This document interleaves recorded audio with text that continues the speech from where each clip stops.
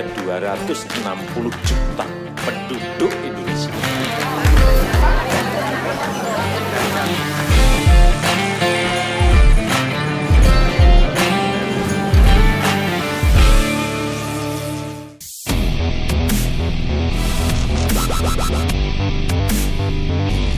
Sewaktu kecil kita kerap mendengar dongeng tentang harta karun. Harta karun tersebut diimajinasikan berisi koin emas ataupun perhiasan yang terkubur dengan lokasi yang tidak diketahui. Namun ternyata penemuan harta karun bukanlah hanya ada dalam dongeng semata. Dalam kehidupan nyata, ada orang-orang yang berhasil menemukan harta karun yang bernilai fantastis. Berikut informasi mengenai penemuan-penemuan harta karun yang pernah terjadi. Hoxne Hoard merupakan harta karun yang diduga merupakan peninggalan masyarakat zaman Romawi akhir. Harta karun tersebut ditemukan secara tidak sengaja oleh seorang pensiunan petani, Eric Laus, pada tahun 1992. Harta karun tersebut berisi lebih dari 15.000 keping koin, 200 item perhiasan emas, dan berbagai peralatan makan berbahan perak. Harta karun ini ditaksir dengan harga 2,66 juta pound sterling atau sekitar 52 miliar rupiah. Kini barang-barang tersebut dipajang di British Museum London. Staffordshire Hoard merupakan koleksi emas dan perak zaman Anglo-Saxon yang paling besar. Harta karun itu terdiri dari lebih 4.000 item. Para arkeolog percaya bahwa timbunan tersebut terkubur sejak abad ke-7 Masehi. Harta karun ini ditemukan pada tahun 2009 oleh dua orang pria di dekat Lichfield, Inggris. Ditaksir nilai harta karun ini mencapai 3,3 juta pound sterling atau 64 miliar rupiah. Namun sesuai undang-undang yang berlaku di Inggris, temuan tersebut pun harus dijual ke museum dan galeri seni di Birmingham. Pada Februari 2015 lalu, seorang penyelam bernama Zika Fire tanpa sengaja menemukan tumpukan koin yang terbuat dari emas 24 karat dengan kadar hampir 95% di laut pelabuhan kuno Israel, Kaisarea. Tempat tersebut merupakan situs arkeologi bawah laut yang dipenuhi dengan artefak kuno, mengumpulkan lebih dari 2.000 koin emas dan benda-benda sejarah lainnya. Terdapatnya tulisan Arab di koin-koin tersebut. Peneliti menyebut temuan ini berasal dari Kekhalifahan Fatimiyah, sebuah kerajaan Syiah Arab yang ada di abad ke-10 hingga ke-12 Masehi. Pada tahun 1857, sebuah kapal yang mengangkut 14 ton emas bernama SS Central America tenggelam di Samudra Atlantik.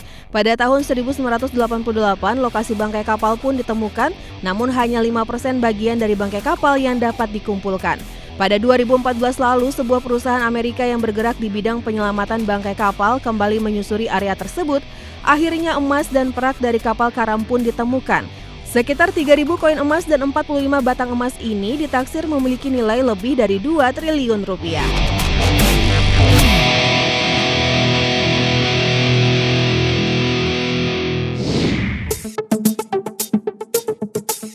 Nuklir menjadi senjata perang paling mematikan di dunia. Untuk membeli nuklir dan alat pendorong serta pemicu reaksi kimia sebagai bahan bakarnya, pemerintah dan militer harus mengeluarkan biaya sekitar 4.000 US dollar Amerika yang setara dengan 50 juta rupiah per gramnya. Tapi ternyata biaya yang sudah dianggap paling mahal di seluruh negara itu tak sebanding dengan harga benda-benda berikut ini yang memiliki nilai lebih mahal daripada nuklir. Benda apa saja kayak itu? Berikut Top File setelah merangkum informasinya untuk Anda. Pertama, batu Taafeite. Batu yang masih tergolong batuan mulia ini memiliki konstruksi warna yang indah, berwarna ungu dan merah. Pertama kali ditemukan pada tahun 1945 oleh Edward Taaffe di Sri Lanka. Batu ini memiliki keunikan untuk membiaskan cahaya dari dua arah dan dinobatkan sebagai satu-satunya batu mulia di dunia yang ditemukan dalam bentuk segi tertentu yang nampak telah terpotong oleh alam. Keunikan lain dari batu Taafeite ini adalah bahan penyusunnya yang terdiri dari magnesium, berilium, dan aluminium. Batu mulia ini sering menghiasi perhiasan-perhiasan mahal di dunia, di mana harga per gram dari batu Taafeite mencapai 20.000 US dollar atau sekitar 234 juta rupiah. Saat ini Sri Lanka dan Tanzania yang berada di benua Afrika dikenal sebagai negara penambang batu Taafeite. Kedua, tritium. Tritium atau yang disebut juga hidrogen 3 adalah benda yang pernah terlepas dalam jumlah besar ke alam bebas dan mengancam kesehatan warga Jepang tak jauh dari reaktor nuklir ketika tsunami di tahun 2011 lalu. Pada dasarnya mineral tritium hanya dihasilkan oleh radiasi matahari yang membuatnya sulit untuk ditemukan. Ketika seseorang menghirup atau menelan tritium, mereka akan langsung terkena radiasi dan meracuni tubuh dalam tingkat cukup parah. Tapi tritium juga bisa dimanfaatkan dalam kehidupan sehari-hari sebagai lampu abadi yang tak akan mati. Saat ini pun para peneliti telah berhasil menciptakan tritium lewat reaksi nuklir dan digunakan sebagai sumber utama PLTN. Tritium buatan manusia ini pun berharga sekitar 30.000 US dollar atau sekitar 350 juta rupiah per gramnya.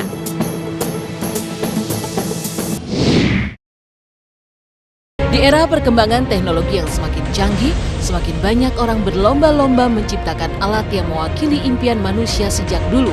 Salah satunya adalah mimpi untuk terbang di udara layaknya seekor burung. Hal itu pun berhasil dilakukan sejumlah orang di dunia, di mana mereka menciptakan keajaiban teknologi yang mampu mengantarkan manusia terbang bebas di udara.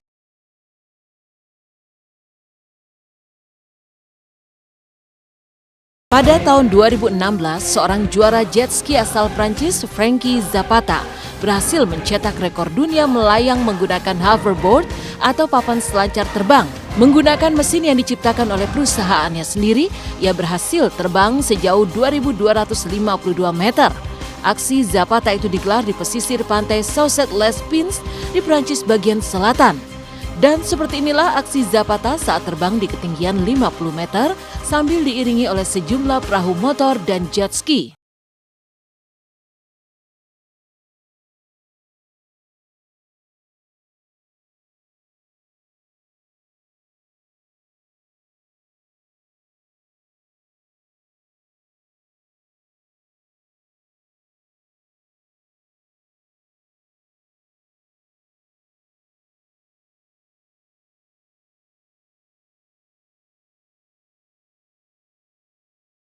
Flyboard Air yang dikembangkan Zapata adalah sebuah papan selancar terbang yang ditenagai Independent Propulsion Unit.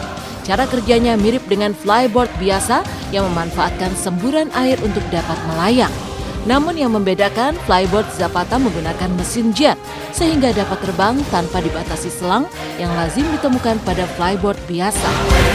Menurut Zapata, mesin canggihnya itu dapat terbang selama 10 menit di ketinggian maksimal hingga 3.048 meter dengan kecepatan hingga 150 km per jam.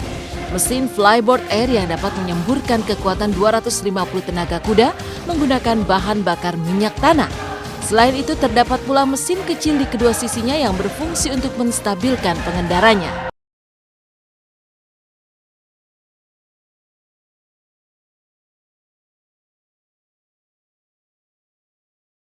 Tak kalah canggih, sebuah mesin bernama Martin Aircraft Jetpack juga akan membawa penggunanya dapat mengarungi udara bebas. Namun berbeda dengan JB9 yang dikenakan di punggung layaknya ransel, alat yang satu ini menawarkan sensasi terbang seorang diri dengan duduk di sebuah kursi. Meski masih dalam tingkat percobaan, Martin Aircraft Jetpack dapat membawa manusia terbang hingga ketinggian 1.000 meter di atas udara. Selain itu, alat ini dapat melaju dengan kecepatan hingga 74 km per jam selama kurun waktu 30 menit.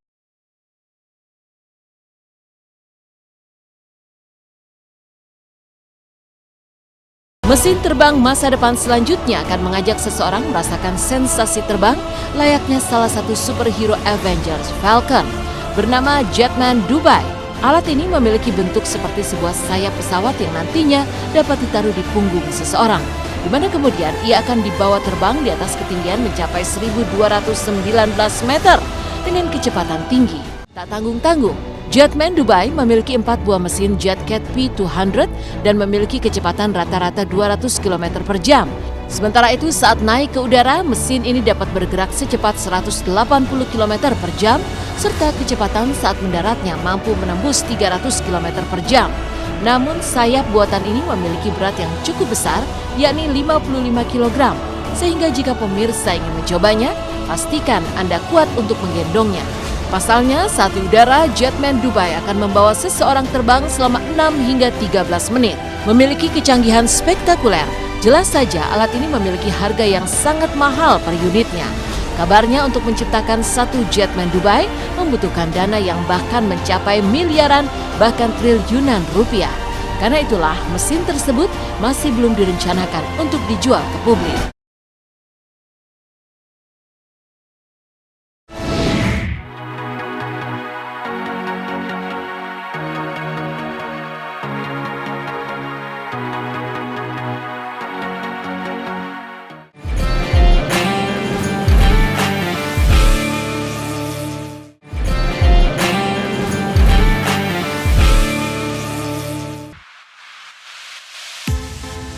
Punya sebuah mobil keren atau mobil mewah pastinya menjadi impian bagi semua orang. Apalagi kalau mobil tersebut tidak banyak diproduksi dan hanya segelintir orang yang bisa membelinya karena harganya yang sangat mahal. Nah, di dunia ini ada beberapa mobil yang harganya sangat mahal dan bergelar sebagai mobil termahal di dunia loh pemirsa. Yang pastinya kemewahan dan keeleganannya tak perlu diragukan lagi. Langsung saja kali ini Taufel sudah merangkum beberapa mobil termahal dan mewah di dunia. Yang pertama, Bugatti Divo. Mobil yang dijuluki The Special One ini merupakan model Bugatti untuk menghormati pembalap Prancis yang bernama Albert Divo. Divo merupakan pembalap yang sangat konsisten merebut juara bersama Bugatti tipe 35 dari tahun 1928 hingga 1932 di Italia. Model mobil ini pun dihargai dengan sangat mahal loh pemirsa, yaitu sekitar 80 miliar rupiah. Dan bikin makin kerennya lagi, Bugatti hanya akan memproduksi 40 unit Divo saja. Dan seluruh unit yang ada sudah ludes terjual. Emang gak heran deh, desainnya aja keren banget. Yang kedua, Mercedes-Benz Maybach Exelero. Mercedes-Benz memang memiliki desain yang mewah, namun ternyata Mercedes-Benz ini juga memiliki divisi mobil yang super mewah loh, yakni Maybach. Nah, desain yang ditawarkan dari Maybach ini memang terlihat sangat super mewah, dan tipe termahal dari versi ini adalah tipe Exelero. Harga Exelero saat pertama kali diperkenalkan mencapai 113 miliar rupiah pada tahun 2005. Mobil ini selain mewah juga sangat bertenaga, memakai mesin 12 silinder dengan teknologi biturbo yang mampu menghasilkan tenaga hingga 700 horsepower dan diklaim bahwa Maybach mampu melesat hingga 351 km per jam. Yang ketiga, Bugatti Centodieci. Mobil hypercar ini adalah salah satu mobil yang beberapa tahun lalu dibeli oleh Cristiano Ronaldo untuk merayakan kemenangan Juventus di Liga Serie A. Dan dikabarkan harga mobil hypercar ini mencapai 155 miliar rupiah loh pemirsa. Bukan hanya tampilannya yang mewah dan juga sangat keren saja, hypercar ini juga ditenagai dengan mesin W16 8000cc dengan dilengkapi kuat turbo. Dan kombinasi ini menghasilkan 1577 horsepower. Kenceng banget ya pemirsa. Dan mobil ini bisa melesat dengan kecepatan 450 km per jam dan 0 hingga 100 km hanya membutuhkan waktu 13,1 detik. Yang keempat, Rolls-Royce Swiftail. Siapa sih yang tidak terpesona dengan kemewahan dari berbagai jenis Rolls-Royce? Namun tipe Swiftail ini bisa dibilang adalah mobil Rolls-Royce yang termewah dan sangat amat cantik. Mobil ini hanya dibuat khusus untuk seorang konglomerat yang tidak diketahui identitasnya dan hanya ada satu buah di muka bumi ini. Tak heran kalau harganya mencapai 160 miliar rupiah. Semua detail dari mobil ini juga dibuat secara handmade oleh tim Rolls-Royce. Dan bagian dalam mobil ini juga sangat mewah seperti berada di dalam kapal pesiar. Bahkan adanya panoramic roof yang memanjang hingga ke bagian belakang menjadi panoramic roof paling indah yang ada saat ini. Yang kelima, Bugatti La Voiture. Lagi-lagi Bugatti memang gak pernah mengecewakan. Bugatti La Voiture berhasil menempati mobil dengan harga termahal di dunia. Mobil ini hanya dibuat satu unit di dunia dan bernilai seharga 177 miliar rupiah. Itu pun baru harga yang ada di Eropa. Belum termasuk pajak. Mesin yang digunakan menggunakan W16 8000cc dengan kuat turbocharge dan akselerasinya dari 0 hingga 100 km per jamnya hanya butuh waktu 2,4 detik saja. Memang benar-benar mobil super cepat dan sangat amat mewah ya pemirsa. Desain dari mobil ini juga nggak diragukan lagi. Lihat saja, super duper keren dan menawan banget ya pemirsa. Nah pemirsa, itulah tadi beberapa mobil termahal dan termewah yang ada di dunia. Nah kira-kira kalian pengen yang mana nih? Semoga terhibur ya.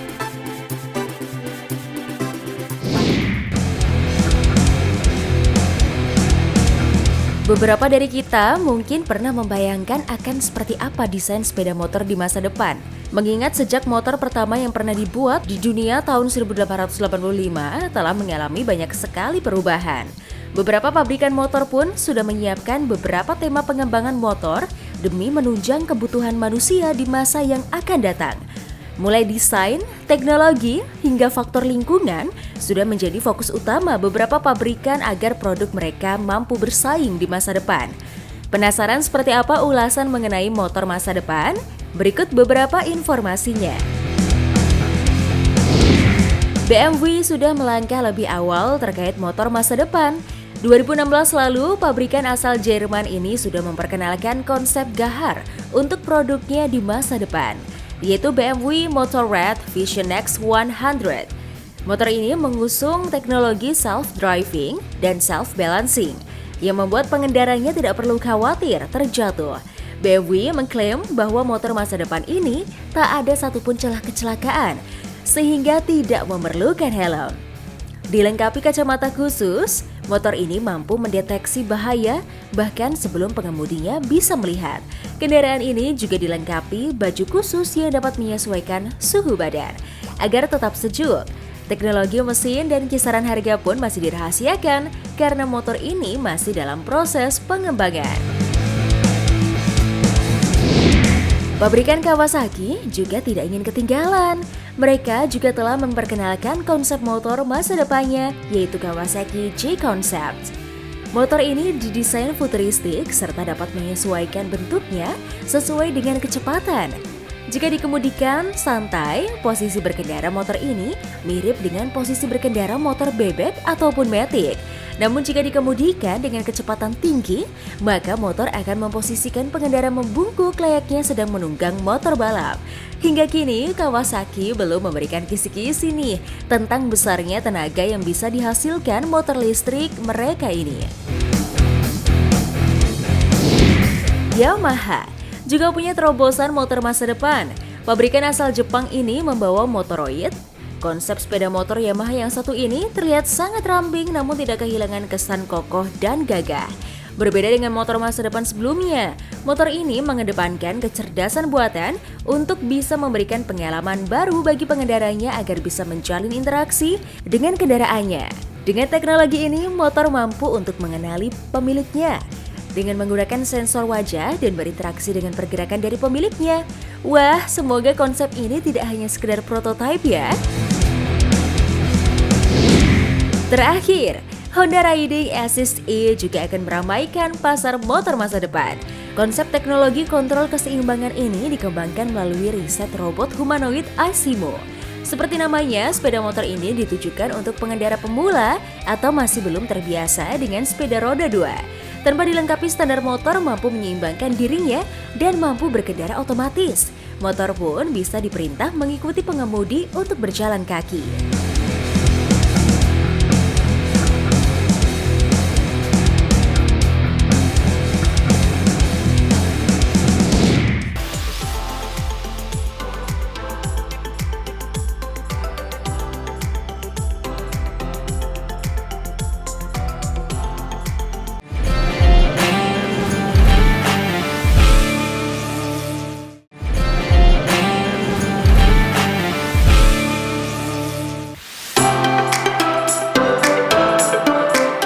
Film rilisan 1961 yang berjudul Robin Hood Prince of Thieves yang dibintangi Kevin Costner dan Morgan Freeman ini setidaknya memperlihatkan sebuah ketimpangan dua peradaban yang mengangkat romantisme teknologi dunia timur yang pernah lebih maju dari peradaban barat. Penggunaan teropong tunggal sederhana seperti pada film ini lahir dari rahim ilmu optik yang salah satu tokoh pentingnya adalah Ibnu Al-Haytham. Ilmuwan muslim yang lahir di Irak ini punya kontribusi dalam menjelaskan soal cahaya dan penglihatan.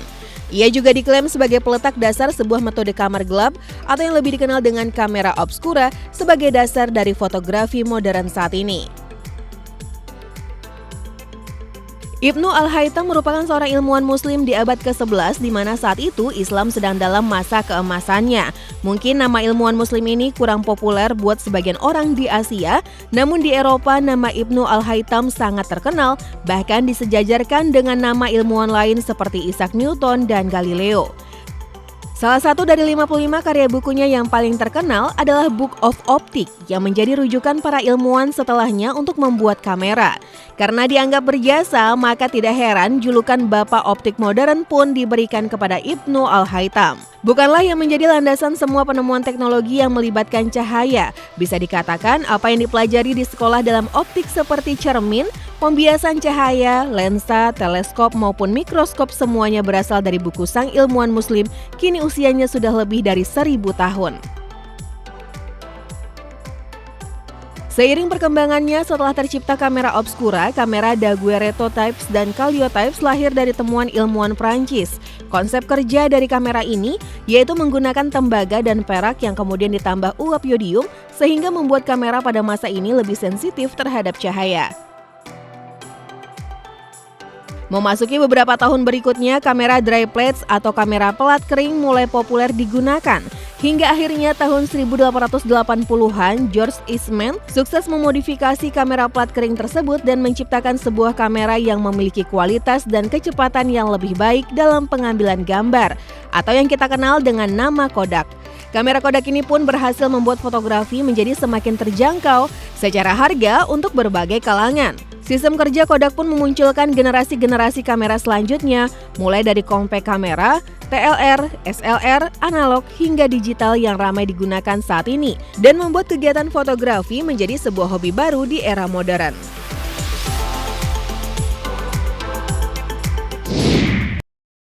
Setiap orang memiliki kesukaan terhadap suatu benda sesuai dengan hobinya masing-masing. Karena itulah di berbagai negara di penjuru dunia, terdapat orang-orang yang memiliki hobi mengkoleksi begitu banyak benda-benda unik sehingga didapuk sebagai kolektor benda unik di dunia. Dan inilah pemegang rekor kolektor benda unik di dunia. Remaja asal Hertfordshire, Inggris ini adalah kolektor Pokemon terbanyak di dunia versi Guinness World Record pada tahun 2010 edisi Gamers. Lisa yang kini berusia 28 tahun memulai koleksinya mengumpulkan pernak-pernik Pokemon sejak usianya baru menginjak 9 tahun. Pelan tapi pasti, koleksi Lisa kian menggunung dan saat ini telah mencapai jumlah kurang lebih 12.113 buah. Inilah pria Amerika Serikat kolektor pernak-pernik superhero X-Men terbanyak di dunia. Eric yang juga penggemar berat komik superhero tercatat memiliki koleksi 15.400 item pernak-pernik X-Men, mulai dari komik, mainan hingga action figure superhero idolanya itu, yang mulai dikumpulkannya pada tahun 1998. Dan khusus untuk action figure X-Men, Eric mulai mengkoleksinya sejak tahun 1990. Pria yang juga suka bergaya ala X-Men ini menyimpan semua koleksi berharganya itu di ruangan khusus di rumahnya di Iowa, Amerika Serikat. Selain Eric Jaskolka, Steve Sansweet asal California, Amerika Serikat juga tercatat sebagai penggemar action figure yang cukup fanatik, khususnya yang berkaitan dengan film Star Wars. Hingga kini Steve tercatat telah mengumpulkan sedikitnya 500.000 item memorabilia Star Wars, sehingga namanya masuk dalam Guinness Book sebagai kolektor pernak-pernik Star Wars terbanyak di dunia. Steve memulai hobinya itu sejak tahun 1977 dan berlanjut hingga sekarang. Koleksinya terbilang sangat lengkap, mulai dari kostum, properti film action figure, hingga video game Star Wars. Seluruh koleksinya itu tersimpan rapi di rumah, merangkap museum non-profit yang dikelolanya sendiri di California Utara. Setiap pengunjung yang datang akan dipandu langsung oleh sang pemilik.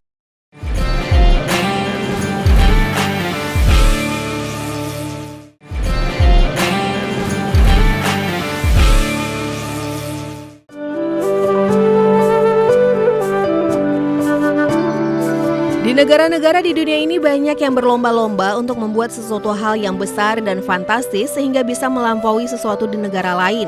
Sehingga salah satu negara menjadi pemegang rekor dengan membuat sesuatu yang bisa melampaui yang lain. Seperti salah satunya negara Tiongkok dengan salah satu penduduk terbanyak pemirsa. Dengan banyaknya penduduk, pemerintah melakukan suatu inovasi yang bisa mensejahterakan penduduknya. Salah satunya adalah membuat bendungan terbesar di dunia. Yuk mari kita cari tahu fakta-fakta tentang bendungan Tiga Ngarai ini versi Top Files.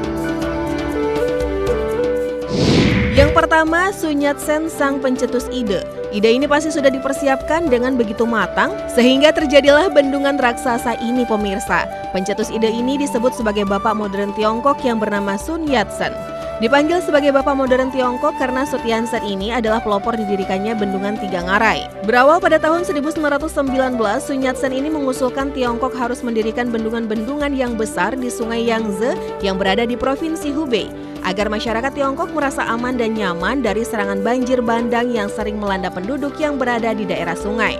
Pembuatan bendungan ini bukan hanya melindungi dari banjir saja, tetapi sebagai perwujudan kekuatan baru Tiongkok. Bendungan ini mempunyai panjang sekitar 2,3 km dan tingginya mencapai 185 meter. Yang kedua, pembangkit listrik tenaga air. Bendungan ini merupakan salah satu bendungan terbesar di dunia, pemirsa. Dan bendungan raksasa ini juga menjadi pembangkit listrik tenaga air terbesar di PLTA dengan total kapasitas dan volume pembangkit listrik rata-rata per tahunan 26 generator set turbin dengan kapasitas pembangkit per unit sebesar 700.000 kW di tipe kanan dan kirinya.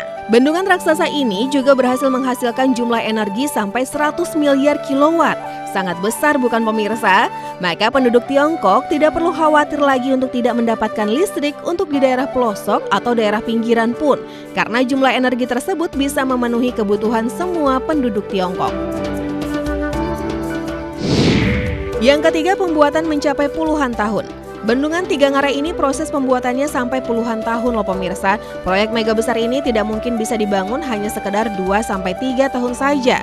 Untuk menjadikan proyek ini menjadi utuh sempurna butuh waktu sampai puluhan tahun. Pada 1946, Republik Tiongkok setuju untuk bekerja sama dengan Biro Reklamasi Amerika Serikat yang bertujuan merancang bendungan raksasa ini. Tetapi sayangnya proyek ini terhenti lagi karena adanya perang saudara kembali memuncak setelah Perang Dunia Kedua. Beberapa cara diusut agar rancangan ini tetap bisa dilanjutkan sampai akhirnya 14 Desember 1994 secara resmi dilanjutkan proyek mega besar ini dan mulai beroperasi pada 2009. Yang keempat disebut Benteng Baja. Para perancang bendungan Tiongkok mengklaim bahwa bendungan ini disebut dengan Benteng Baja. Alasannya karena bendungan ini dibangun dengan 28 juta ton beton dan 463.000 ton baja. Bendungan besar ini adalah gravitasi beton yang setiap sisi bendungan dijamin stabil dan kokoh. Bahkan jika ada bagian yang rusak, bendungan Tiga Ngarai ini tidak akan runtuh. Selama masa pembuatan badan bagian Tiga Ngarai ini ada yang retak, tetapi retakan tersebut berhasil ditemukan hingga berhasil dirapikan seperti semula. Yang terakhir menjadi bendungan terbesar di dunia. Bendungan terbesar di dunia jatuh kepada bendungan Tiga Ngarai ini. Biaya proses pembuatan ini mencapai 312 miliar rupiah. Proses pembuatannya ini juga harus memindahkan sebagian penduduknya sebanyak 1,4 juta penduduk. Bendungan yang terbesar di dunia ini mempunyai dampak yang sangat besar, yaitu memperlambat rotasi bumi. Disebabkan hanya karena fenomena irnesia, jika bendungan mencapai kapasitas maksimal yang mencapai 42 miliar ton air, banyaknya kapasitas itu adanya perubahan massa pada rotasi bumi sehingga menyebabkan waktu sehari bertambah lama sebesar 0,06 mikrodetik, pemirsa. Peradaban Tiongkok ini sangat dahsyat ya pemirsa bagi kaum manusia bahkan bumi. Nah pemirsa, gimana fakta dari bendungan terbesar di dunia ini?